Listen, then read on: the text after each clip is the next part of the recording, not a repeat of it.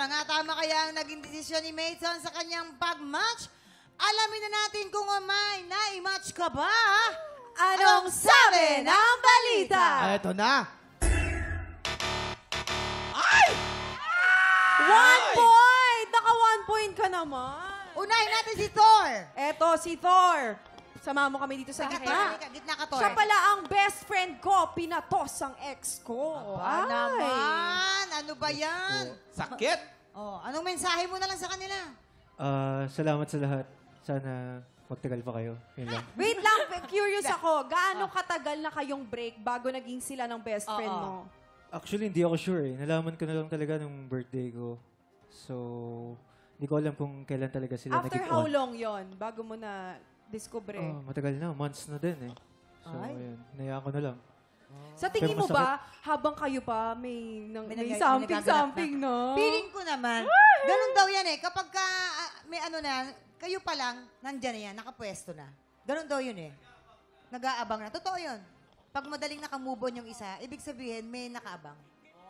Pero wala ka namang masamang nararamdaman para sa kanila, negative emotion. Wala naman. Siyempre, nasaktan ako bilang kaibigan kasi hindi ko kalain na kayang gawin sa akin yun ng kaibigan So, ko. hindi na kayo friends? Wala na, hindi na. Ay, wag mo pinag-friend yung mga ganyan. Ang ahas, nagpapalit lang ng balat pero yung kamandag, ganun pa rin. Ay, Okay? nako po. Yes. Maraming salamat. Alright. Next naman, tawagin natin si Jerome. Dito Si kasama Jerome, mo kami. yung- Ay, batang 10 years old, nagpa-jacket ng alakal para magkapera. Paano naging best friend ko? Pinatos. Oh, grabe ka naman sa... Hindi nagdalawang isip at nilagay ka agad Diretso niya agad doon. ako dun. Narinig ko 3 po kasi seconds na tayo. may nagsabi kasi kanina sinong pinakamaraming ex dyan. Ay, naku, naluluha si Jerome. Para lang malaman nyo, 4. Uy, marami pa Pero kaming alam. ang story ni Jerome ay very inspiring. Oo naman.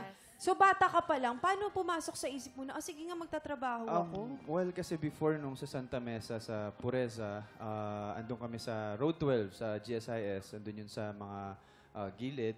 Tapos pinapabayaan lang ako ni Papa. Sinakikipaglaro ako na naka-chinelas lang sa mga nagpapadjak. Tapos si Papa may padjak doon. Ginagawang pan-deliver lang sa malalapit.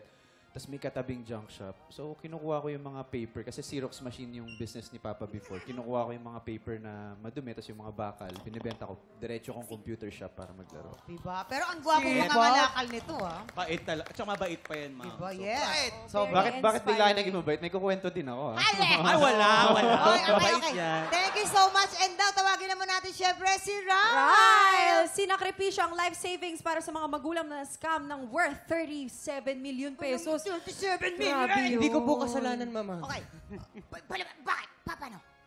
Well, ayun po, 5 years ago, naloko yung mom ko sa negosyo. Pero syempre, mama ko yun, di ba? So, alangan naman, hindi ko ibigay. Alam ko, ang pera babalik, ang pamilya, pag wala nang kapalit. True. Kuya. Pero mamang bumalik lahat ng swerte dyan. Number 1 yan sa TikTok ngayon. Ang ang sipag. Ang sipag niyan. Mamaya mamimigay ka ng relo yan eh. Sipag, ang gwapo. So ito, ano yung natutunan mo? Anong lesson ang natutunan mo doon? Kapag sa oras ng kapitan lang ang pamilya at ang Diyos, yun lang ang kailangan nyo. Yes, at dahil nahulaan mo si Ryle, merong cash prize ang ating studio, Dick Troma! Maraming salamat sa magbahagi ninyo mga kwento, Ryle, Thor, and Jerome. Maraming salamat. Let's go, guys! Yay!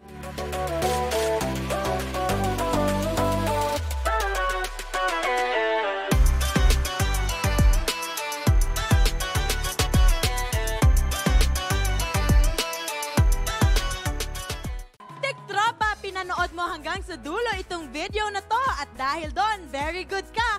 For more happy time, watch more TikTok Lock videos on our official social media pages and subscribe to GMA Network official YouTube channel.